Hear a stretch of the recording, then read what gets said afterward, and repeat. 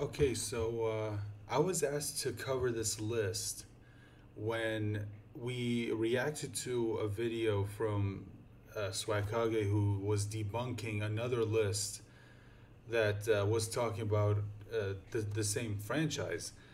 I asked if you wanted me to cover a list like this, which is basically every character as strong as the Ten Tails. You guys said you wanted me to, so here I am. Now, I took a look at the list uh, beforehand, and while I won't say the list in and of itself mostly is bad, it's just that there are so many things about it that are completely misinformed. And I think that videos like this are kind of important, whether it's me or other content creators, because people tend to put stock in CBR and Screen Rant and sites like that and think that, oh, this is like an official website, so obviously they got to know what they're talking about. No, they don't. Don't ever trust CBR or Screen Rant to give you accurate information on anything, because a lot of times, like I said, they are vastly misinformed. And they usually, especially when it comes to anime, they don't either they don't know the context of what they're talking about, or all they did was just a quick Google search and they just said, oh, okay, well, here it is. And some of the things that they discuss are just basic things that usually even the most casual fan would know. So we're going to go over this list. Now, this is every character as strong as the Ten Tails ranked. Now, this is going to be important moving forward because they're ranking these characters from least to most powerful. And that's where my biggest problem with this list comes in. It's because of this in particular. If they just said every character as strong as the Ten Tails and they just listed off the characters, I wouldn't have that big of a problem because a lot of the characters they listed are technically correct, except for one. But the fact that they say that this is ranked, so they say this is from the least powerful to the most powerful, that's where I have a problem, especially with one in particular. So let's go ahead and take a look at the list. So they say the Ten Tails is known to be the strongest of all the tailed beasts in the Naruto series. Originally it came into existence after Kaguya Otsutsuki decided to merge with the God Tree in order to reclaim her chakra from those living on Earth. Now when they said merge with the God Tree, keep this in mind. Okay, please keep this sentence in mind because it is going to be important at some point in this video, later in the video, when we get to a certain person on this list. And why, again, you shouldn't put stock into CBR or Screen Rant when it comes to lists like this that talk about anime, and especially when it comes to power scaling, because usually, again, either they don't know what they're talking about or they just decided to do a quick Google search and didn't bother to either read the manga or watch the anime. So let's move forward. Okay, let's actually take a look at this list. And they talk about the Ten Tails and how he was brought back in the Shinobi World War and so on and so forth. Okay, whatever. So, number 8, they have Obito. Now, remember, like I said, this is ranked. So, according to them, Obito, out of all of them, is the least powerful. Okay, that's what they're saying. They talk about how he sealed the Ten Tails inside himself and became his Jinchuriki, which it is confirmed that the Jinchuriki is actually more powerful than the tailed beasts. That is confirmed. So yes, Obito would technically be stronger than the Ten Tails himself in this form. So yeah, they talk about how even Hashirama Senju said that this guy is stronger than me. That's true. Gained full access to its abilities and could control its powers better than it could on its own, therefore making him stronger than the beast. Okay. So far, you would think, okay, not really all that bad, but look at who they had above him. Look at who they had above him. They have Might Guy. Might Guy, and their whole reasoning, and again, this is why you shouldn't listen to CBR or Screen Rant. Their whole thing is Might Guy because he could take on Madara Uchiha in battle. First of all, no. While, yes, he could put up a fight, again, keep in mind, he can only do this after activating the 8 inner gates. And even then, and again, this is something a lot of people keep forgetting. This is why context is important. Madara Uchiha was not taking the fight seriously. He was playing around. And this isn't the first time that he's done this. He's done this multiple times ever since he made an appearance. He did it when he fought the what was it, the fifth division, or was it the third division? It was one of the two. He did it when he was fighting with Obito against Naruto, Kakashi, and Guy. Interestingly enough, he was playing around when he fought against the five Kage. Remember that infamous line: "What adult would go full force against mere children?" He could have ended the fight immediately, but he didn't because he was playing around. That's who Madara is. You could say that's his flaw. At any point, he could have easily decimated his opponents, with the exception of Hashirama. He could have easily taken him out, but he didn't because he likes enjoying the fight. He enjoys the fight, which you could say always ends up kind of working against him. And that's actually a theme that we see overall in the Naruto series. Whenever characters go into fight overly confident, it always ends up biting them in the ass. Sasuke, in his final fight with Naruto, went in overly confident, thinking he could just win easily. It ended up working against him. Hell, Jigen technically went into the fight, and even though he won, he still was too overconfident, played around, and it nearly cost him. Ishiki went into the fight overconfident. It ended up killing him.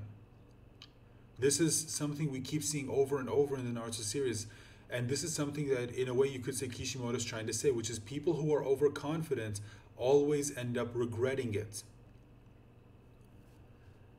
So let's look who's they have above. So they have Hamura. Now the thing with Hamura Otsutsuki is we don't exactly know how strong he is. We know that when him and Hagoromo were young, they worked together to fight the Ten Tails and sealed it away. Okay, we know that. But we don't know if he got stronger as he got older. So the thing with Hamura, I'm not going to say too much about it because, again, we don't know exactly how strong he is. So, okay, whatever. But personally, if you were to ask me, I would put him above Guy. Okay, yeah, I would. I don't know if I would put him above Obito because, like I said, Obito is the Ten Tails Jinchuriki, and Hamura was struggling against the Ten Tails. So if he struggled against the Ten Tails, he would struggle against Obito, since Obito is stronger than the Ten Tails, especially when he became his Jinchuriki. But then again, Hamura could have also gotten stronger as he got older. So again, we don't know. We don't know. And this is going to be a factor. The reason why I say he could have gotten stronger as he got older is because that's going to be important, again, later on in the video. So let's look at who they have for number 5. They have Madara Uchiha. Now, okay, here's why you shouldn't take these lists seriously, because they say Madara, who is also a Ten Tails Jinchuriki, right? A Ten Tails Jinchuriki. So keep in mind, like I said, the Jinchuriki is stronger than their tailed beast, right? And yet they said that Might Guy, according to them, could take on Madara, who was far stronger than the Ten Tails in battle. Furthermore, his strongest attack, called Night Guy, almost killed Madara. Again, forgetting the fact, they say he is as strong as the mighty Ten Tails beast itself. Again, no, he isn't. I'm sorry, but that's just no. So Madara, okay, being above, again, it's Hamura. Again, that's debatable because we don't know. Like I said, being above my guy, okay, yeah, that's true. Being above Obito, yeah. Okay, so far, not really all that bad. But again, it just feels a little bit weird. They have Madara here, and yet here they say Might Guy because they say Might Guy is stronger than as strong as the Ten Tails, and yet they have him above Obito, who they confirmed is stronger than the Ten Tails. It's yeah. So okay, so far nothing too egregious. So this, I'm gonna talk about Sasuke and Naruto at the same time. Okay.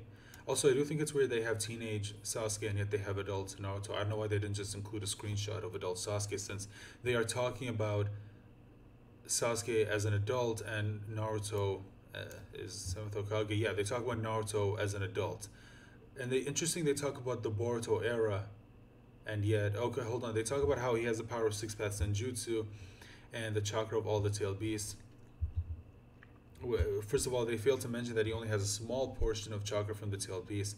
He became strong enough to take on the likes of Kaguya in battle. During the blank period after Naruto grew even stronger, and in Naruto he could hold his own against Momoshiki despite having lost half his chakra. Although the Ten Tails is quite powerful, Naruto wouldn't have any trouble matching it in terms of power. I do agree.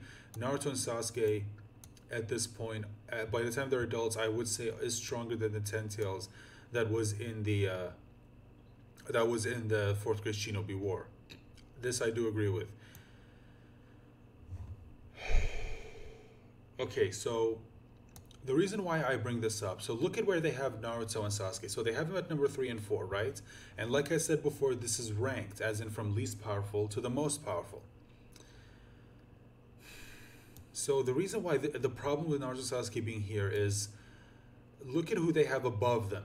So Hagoromo, again, it's debatable with Hagoromo because we don't exactly know how strong he is, especially when he grew older. Because keep in mind, at this point, by the time he died, he had already, you could say he was past his prime. And you could also say that after he passed down power to Ashura, you could say he's not as strong. And not to mention, by the time he died, he wasn't the Ten-Tailed Jinchuriki anymore. He took the Ten-Tails as power and split it into the Nine-Tailed Beast. So he lost all of that power. And yet, him as an old man past his prime, no longer being the Ten-Tailed Jinchuriki, gave half of his power to Naruto and Sasuke, and yet it made them comparable to Madara and then later on Kaguya, even though I still don't think they were stronger than them. The fact that he was able to make them strong enough to be able to compete against them should tell you something. So, again, but then again, for them to say he's stronger than them when they were adults, I don't know. Because like I said, Naruto and Sasuke at that point are I would say stronger than the Ten Tails, and they could take it on. The one from the fourth grade Shinobi War. We don't know about the Ten Tails that Ishiki has. We don't know.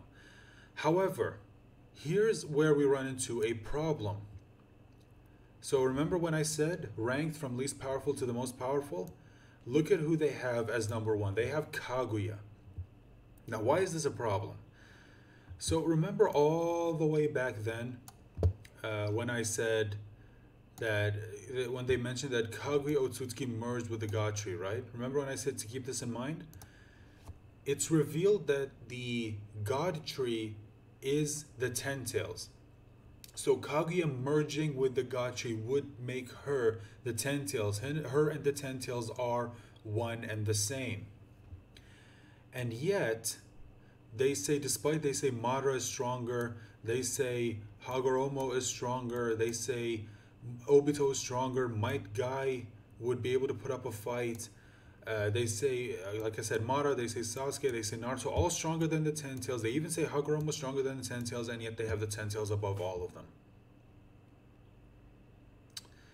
Not even though they acknowledge that Naruto and Sasuke were able to hold their own against Momoshiki and Kinshiki, who are confirmed to be stronger than Kaguya, and yet they say that Kaguya is stronger.